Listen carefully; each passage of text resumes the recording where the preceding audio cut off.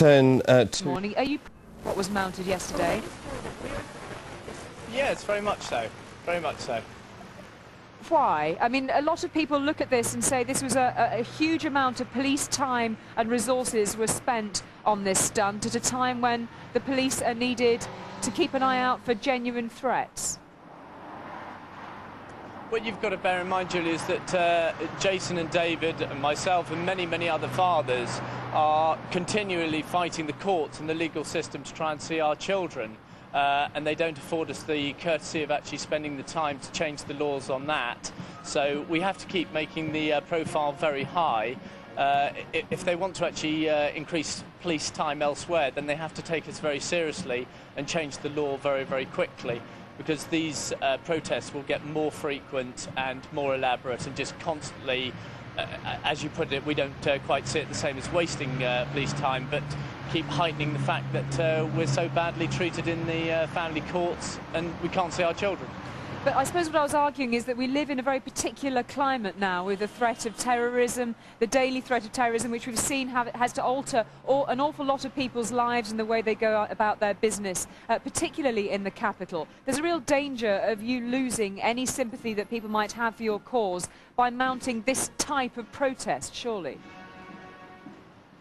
Well, the trouble is we do have to mount this kind of protest to get the profile that we're after, because if you don't do that, then there are many other fathers' organisations that have been going on for 30 years, to name the closest one to Fathers for Justice, and they aren't really doing a great job at changing the law. You know, they've got an awful lot of pen and paper going to and fro politicians, but they're actually doing nothing.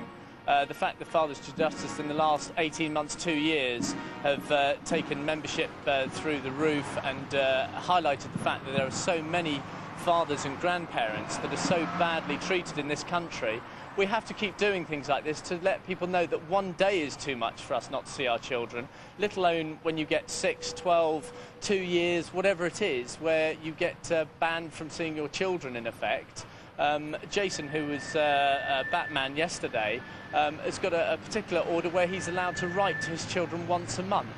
He's an incredibly gifted father and a very, very nice individual, and he's treated as though he's a second-rate citizen. Now that quite clearly is wrong. He's been fighting it every legal way he possibly can and can't get there. So he is demonstrating how miffed he is by the system, as the rest of us are, and keep doing these kind of stunts to raise the awareness that fathers are so badly treated. But I wonder actually where these stunts are getting your campaign. And I have to say, you know, we've had hundreds and hundreds of emails on this basis, and a lot of people are very sympathetic towards your cause. But I mean, people look at images of what they were on their screens for 5 hours yesterday afternoon, and perhaps wonder whether this is the right way to go about it, and indeed whether the image of Batman on the front of Buckingham Palace represents a good view of fatherhood.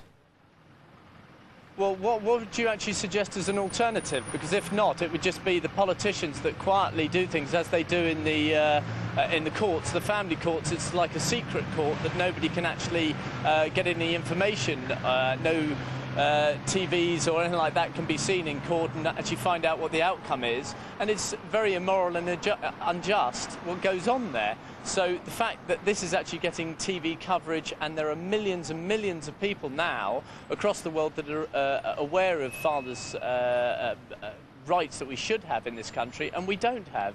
Whereas 2 years ago, before the genius of Matt O'Connor being very upset by the fact that he couldn't see his children for a certain amount of time, has highlighted it, and he's just started a bandwagon where there are absolutely tens of thousands of fathers like us out there, and we're just all joining together. And the government really needs to know that actually it's a building like mini army, and all they need to do to stop it is to give us justice and let us see our children.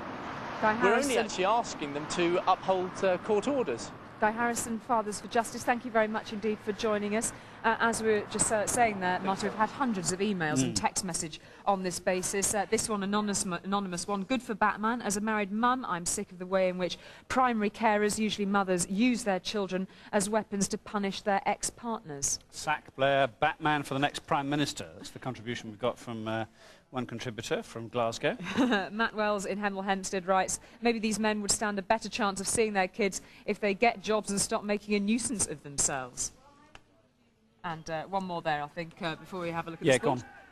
go on. Anita Lawrence in Wiltshire. Put a trampoline under the palace activist and shoot him with a tranquiliser dart.